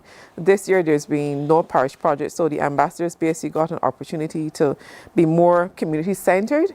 So as with the project, whereas you were focused on basically completing levels and hitting targets, now there's no set target. You just are in the community and engaging people as many persons as you can possibly touch. That is the aim, is reigniting parish pride.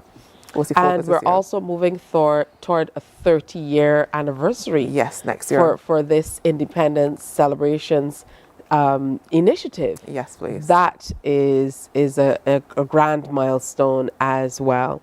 So first of all, congratulations to Tadio and to Shantae.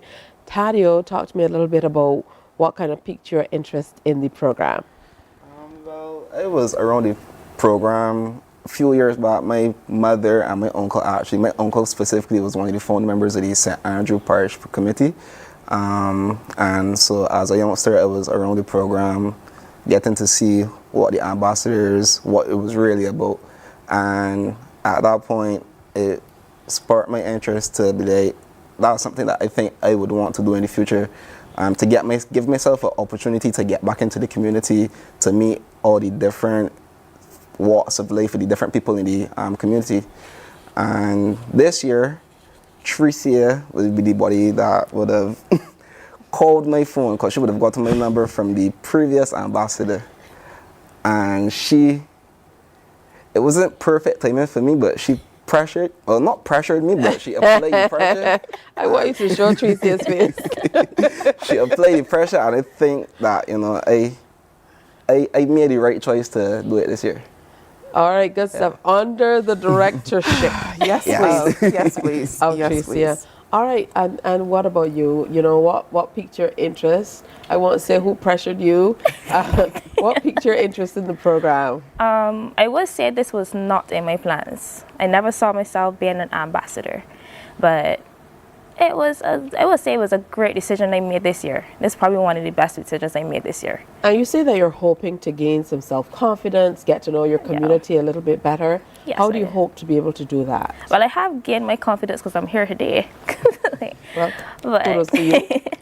But I have learned a lot within these past couple of months about the parish. Things that I didn't know was actually happening, or things that actually happened before.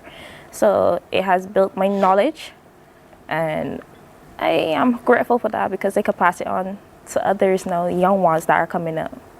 Young ones, she says. Yes. Now, Tadio, Tricia told us that, there's no parish project, so you get to engage in the community a whole lot more. Talk to me about how you guys are working to engage in the St. Andrew community a lot more.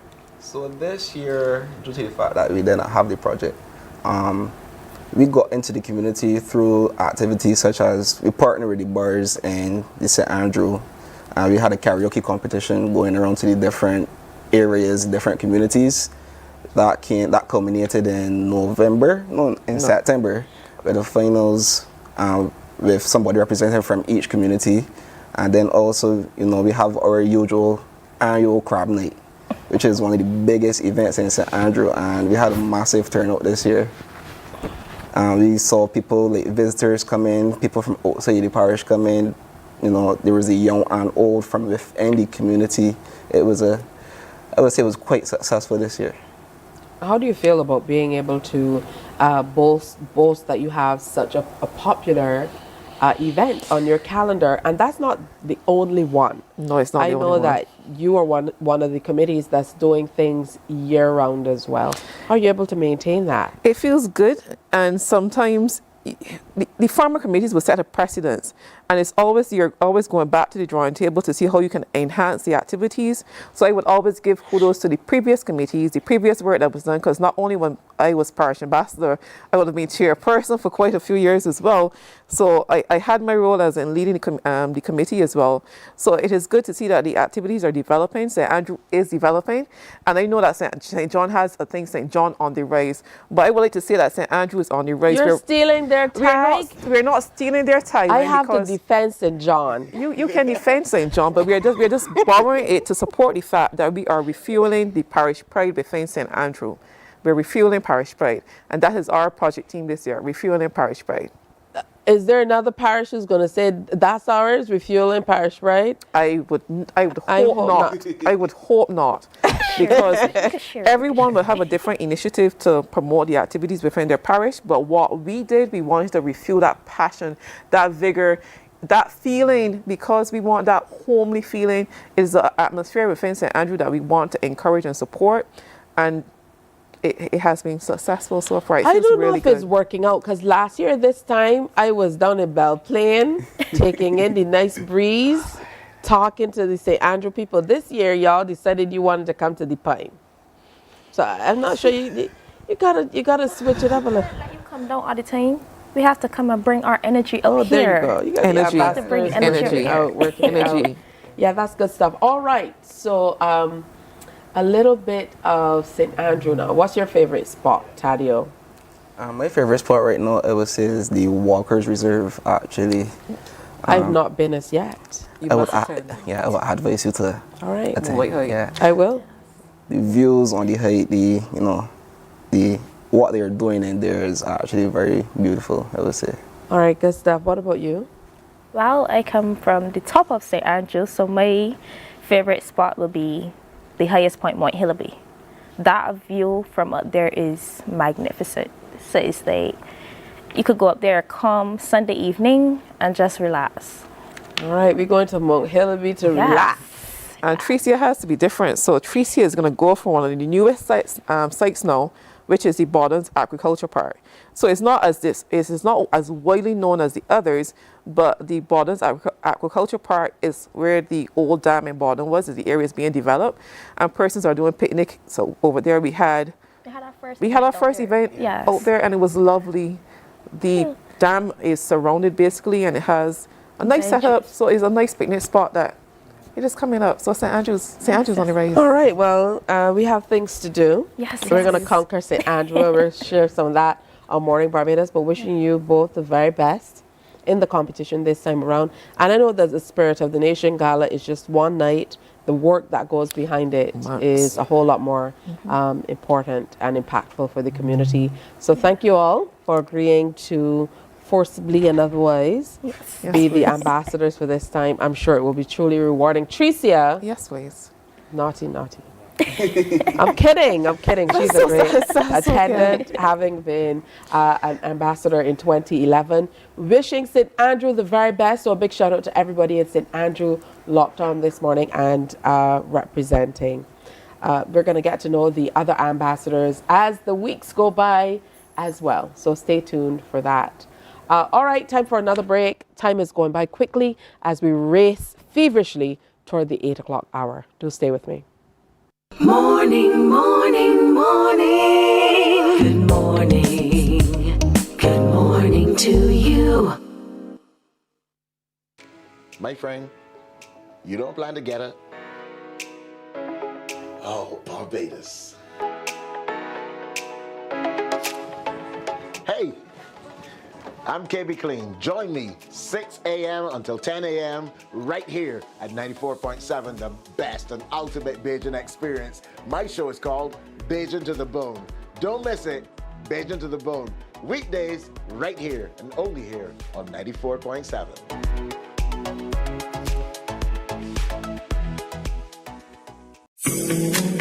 The facts say Morning Barbados reaches an audience of over 50,000 and Newsnight reaches over 56,000. It's simple. When you advertise, you're getting your message to over 50,000 of your potential customers. Make the call to CBC Sales Department today and watch your business grow. Contact us at 467-5559 or email marketing@cbc.bb. 94.7 FM with the kind compliments of Great Health Works, agents for Omega XL and Probiotics, Guardian General Insurance Limited, and the Cut and Drive Network brings live coverage of Cricket West Indies Home Series October 31st to December 19th. Join the action, brought to you by Great Health Works, agents for Omega XL and Probiotics, Guardian General Insurance Limited. Live safe, live easy, and the Cut and Drive Network. We enjoy a game of dominoes and singing karaoke. I just love crew.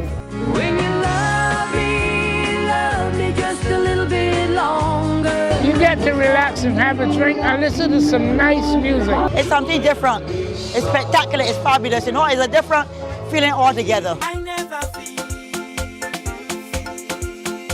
so good in a party yet. Follow me to Q in the Community this Thursday. Morning, morning, morning. Good morning. Good morning to you. You know, we love to hear that there's cricket at the Oval. So cricket is back.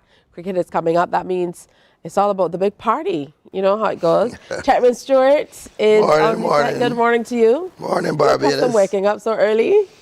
Well, not getting any sleep because normally it takes about 2 months to build out the party stand. Probably for beach party stand, but this time we only had 11 days. So we kind of working like all right, 20 so for those people days. who have not made the connection, the 4x4 party stand is a staple at cricket. Yeah. And this time will be no different. So talk to me about how this party stand is going to be different from other party stands that we've seen. Well, as you know, the 4x4 beach party stand is actually a beach that we put into Kensington with rail beach sand, jet ski, swimming pool, the works. We've been doing it for like 15 years now.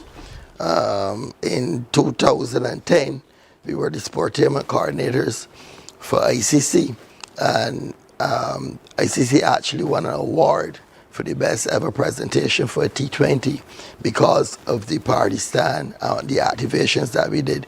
This year we were also involved with World Cup. The Power by 4 Beach Party Stand was installed, but it wasn't called the Power by 4 Beach Party Stand because they commissioned Power by 4 to play in the party stand and run it. And it was the usual thing, the party stand, beach, a lot of action, a lot of fun.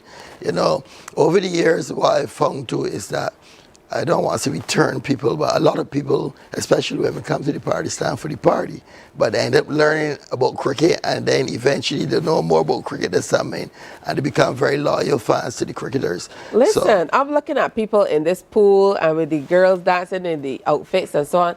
I don't know if these people are learning anything about cricket. Let's talk about all of these elements.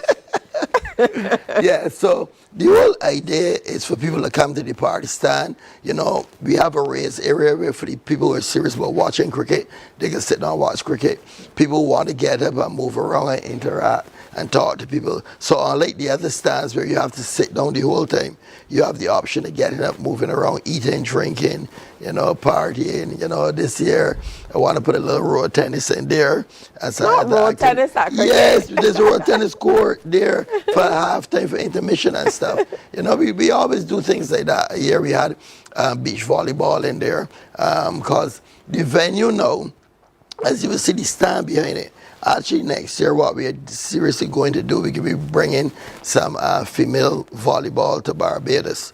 And because of the stand now and the beach right down there, we can actually hold a lot of people. So that is something that we're looking forward to doing.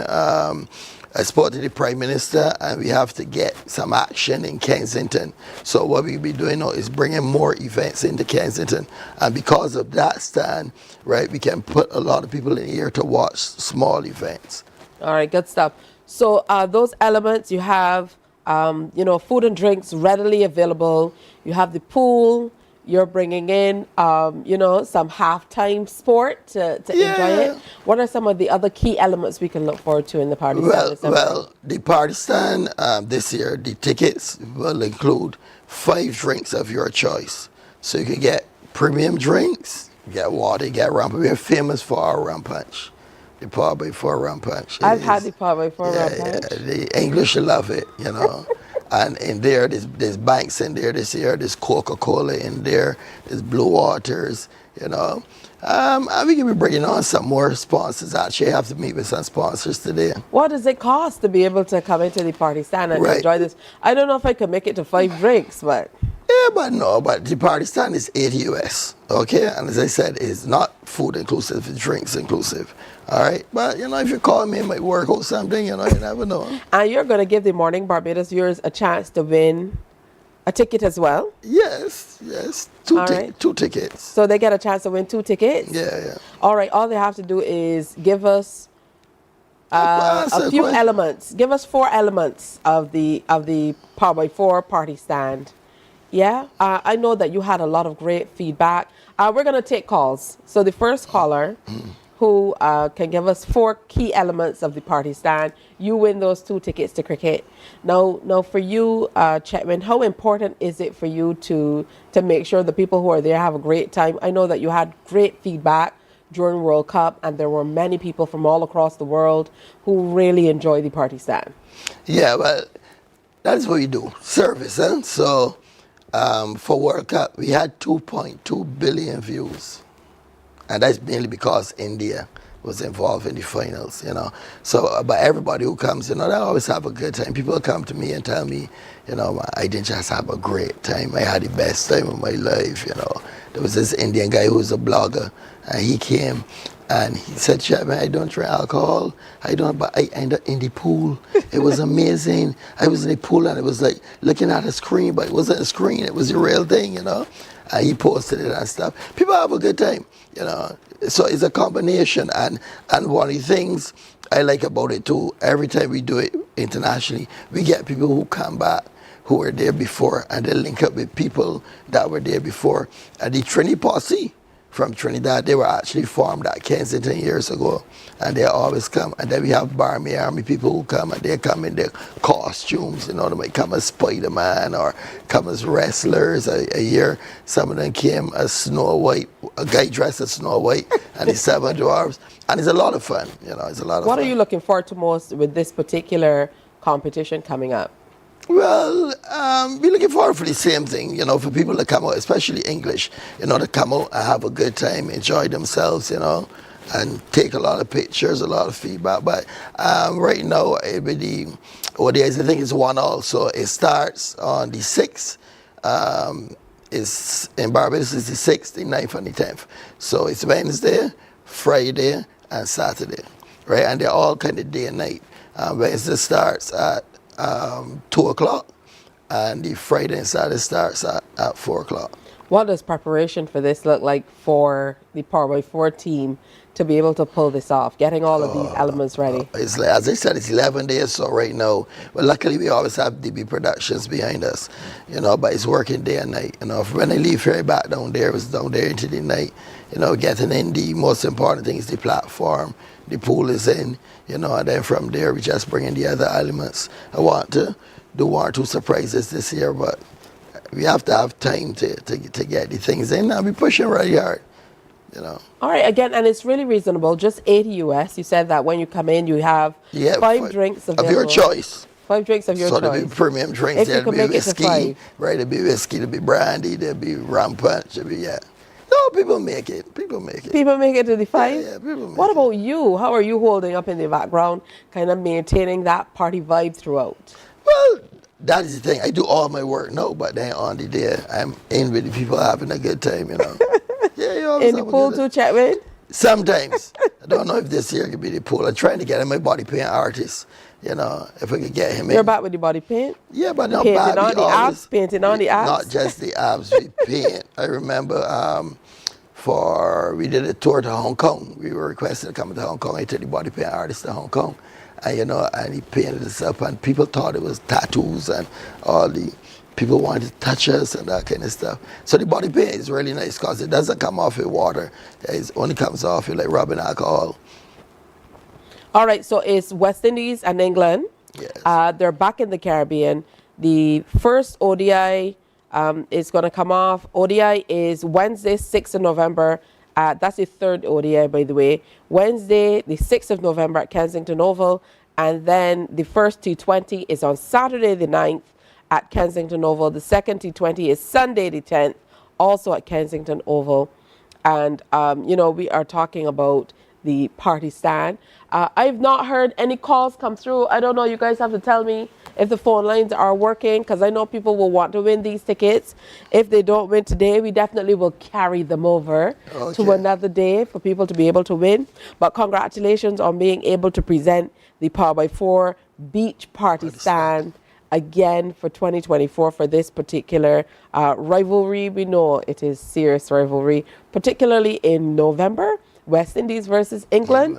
We just have to win, right? Yeah, of course. There's no question about it. Yeah, I think I'll be in the party stand, Chetwin. Yes, you definitely have to come. For You have sure. an open invitation. Come and Yeah, what's the dress code for the party stand? Beach. Yeah? Beach, people come and swim. People, beach, come. I just see you now in a bikini with a wrap, and they give you a chair and put out a towel, and you're right up front. A two-piece and fries. All right, Chairman, I want to thank you for coming in. Make sure you get those tickets, just $80 US. I'm told there's a phone We're call. also doing, because we like to encourage the locals, so some people call me and I offer them a special price. Locals. All right, I'm told someone is on the phone line. Let's see if they can tell us a few of the elements. Good morning. Good morning. All right, what are 4 of the elements that you'll find in the Power by 4 party stand? For element? Mm-hmm. Is it the hospitality part of the stand? No, you're not going to get it. Bye, Peter. This is Peter, right? Goodbye, Peter. He's not going to get it. We're going to pass it off for tomorrow.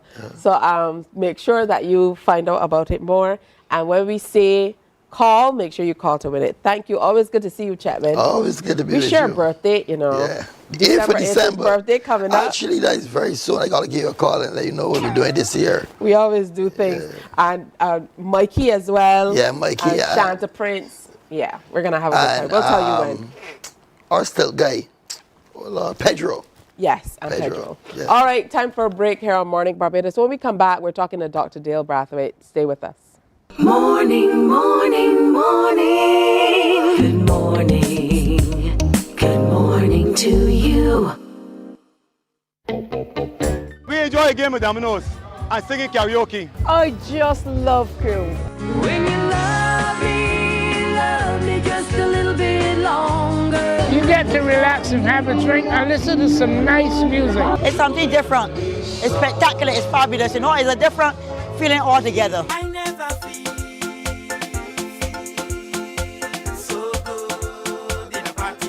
Follow me to Q in the community this Thursday.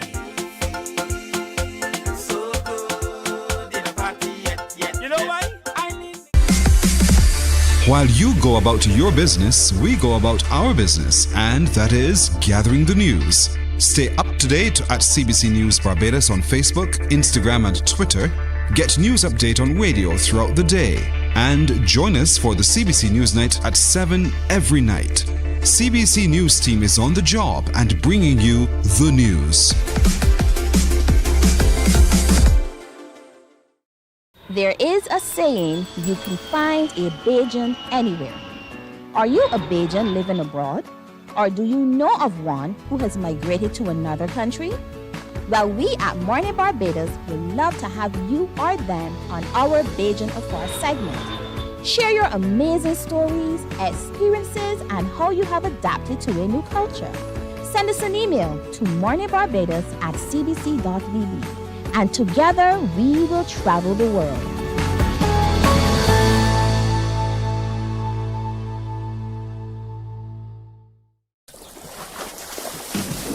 From the beautiful shores of the gem of the Caribbean, Barbados, home of the amazing Harrison Scave, the tantalizing Oystins Bay Garden, our historic garrison, the indigenous road tennis, and the friendliest people in the world.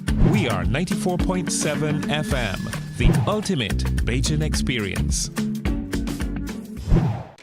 My friend, you don't plan to get it? Oh, Barbados. Hey, I'm KB Clean. Join me 6 a.m. until 10 a.m. right here at 94.7, the best and ultimate.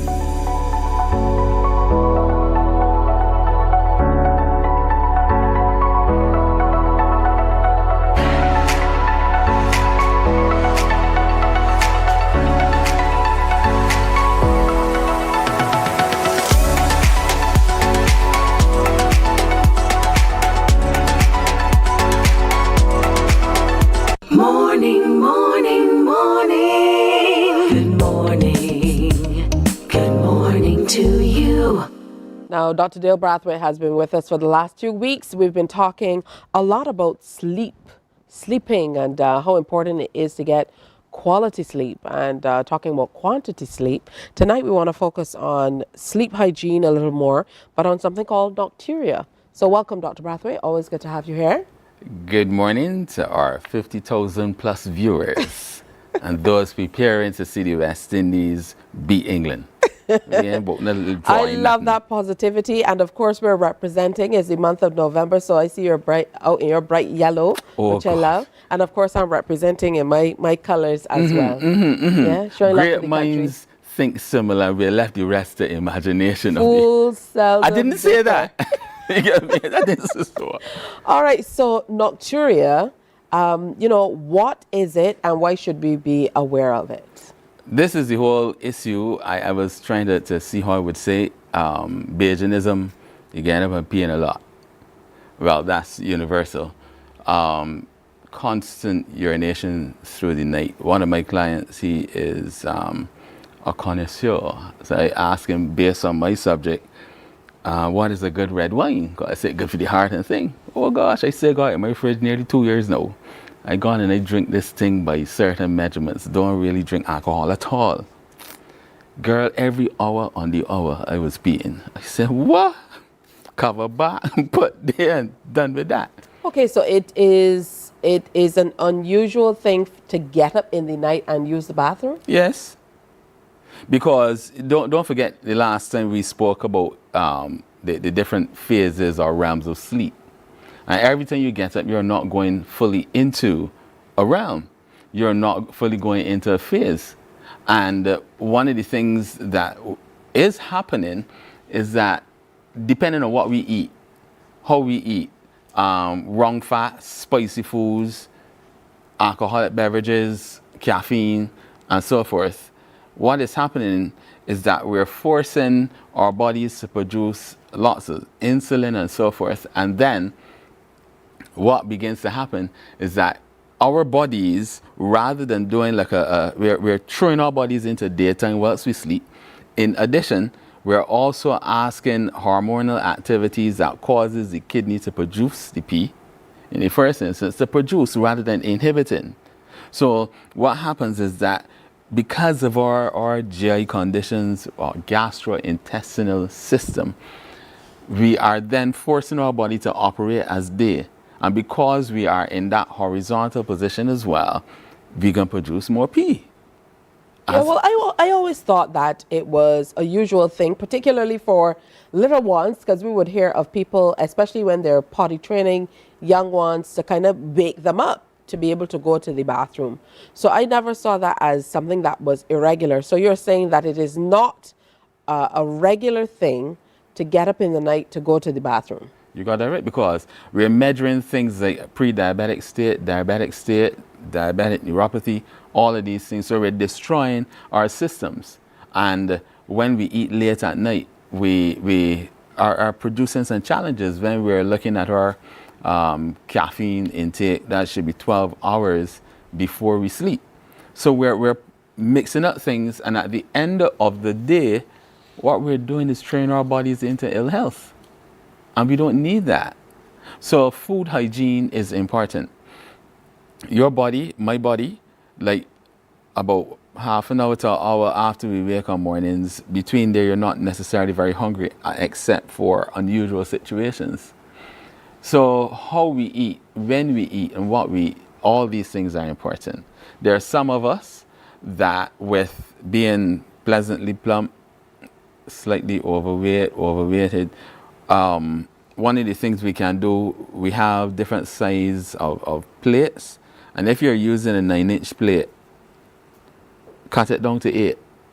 But there's a 2-year program, and you keep cutting down, because one of the things is that if we are, as it were, getting our bodies in a position of eating enough, the eyes get accustomed, the senses get accustomed. So what we do is that you eat less, not one time, you make a determination, and then you cut down the plate size, the drink size, and everything. As you do that, then your body gets accustomed. All right, so you talked about alcohol, causing you personally to go, but is this across the board? Across the board. What are some of the other foods? I know you mentioned spicy foods. What are some of the other things that could cause this nocturia? One of the things with nocturia is lack of wholesome, healthy exercise. Lots of sugars, because that insulin factor is our friend, but let's put it this way, refined foods. What's supposed to be happening in our belly, we're actually saying that it is happening at the second stage of digestion. First stage of digestion is site releasing of digestives, enzymes, and so forth. After that, we in the mouth and grinding up the food and thing. But refined foods going at a partially digested, quote unquote, stage. And when you have labels that you have all of these words and all of them seem to be chemistry, I think we're going down the wrong road. We should got one thing, gooseberries, yam, others, that's one that we can easily understand. But when you got all of these yellow number 5 and this and that, I mean, you're doing a chemistry lab thing. Your body is not fully identifying these foods. In you and I, food is broken down at different stages between the mouth and the anus. When we're doing things, for example, there are some of us in the executive field where we're eating, and as we eat, the meetings are hot and throughout the day, and we get fecal impacting because we're going to draw back at the feces rather than let it down. In addition, we stool in the wrong position. We should be in what is called a squatty potty. Our knees supposed to be higher than the lumbar. And as a result, if the feet are down and so forth, rather than the feces coming all the way out, it is cut off. And in some ladies, you get the issue of yeast infections and so forth. And we can look at these things another time. Sometimes in the guys, there are prostate issues because we're doing things in a mix-up funny way. All right. So that is a start to the conversation. What Dr. Brathwaite is saying is if you're waking up in the night to go to the bathroom, it's called nocturia. Yes. And is something that you should definitely look into. When Dr. Brathwaite comes again, who's a naturopath, when he comes again, we're going to look at maybe some of the differences between men and women, and then, of course, at what stages you should be concerned about this as well. So thank you for coming in and sharing with us. As always, the time goes by way too quickly. And we need to have good friendships with our doctors. That's very, very important. Now, before we go, All Saints Day in the Christian Church, a day commemorating all the saints of the church, both known and unknown, who have attained heaven. It is celebrated on November 1st in the Western churches and on the first Sunday after Pentecost in the Eastern churches. Vincentians journey to cemeteries and graveyards to observe All Saints Day and All Souls Day, commonly known as Grave Light Up. On November 1st and 2nd, cemeteries all around the island were dotted with the flames of burning candles as families paid tribute to deceased relatives, with both young and old observing the religious tradition, which dates back to the 3rd century after the death of Christ. Of course, that kind of lines up with Halloween. A lot of people went out on Friday and Saturday as well to observe Halloween. So whatever you did this weekend, I certainly hope that it was wonderful for you. I hope you enjoyed today's presentation as well. We look forward to sharing with you tomorrow. We'll have conversations on CARICOM then, plus global makeup artist for Fenty, Priscilla Ono, who's also makeup artist to Rihanna. She's going to be here talking to us all about a very special event that she's putting on here in Barbados as we look toward the Fenty brand being here. And the Last Man Standing Open Road Tennis Tournament is also going to be here. Plus, we get up close and personal with Chef Craig Greenidge. That's all tomorrow. So have a great day today and a productive week ahead. I'll see you, God willing, tomorrow. Bye-bye. Wake up, wake up, wake up, wake up. Barbados, get up. Good morning, Barbados, good morning.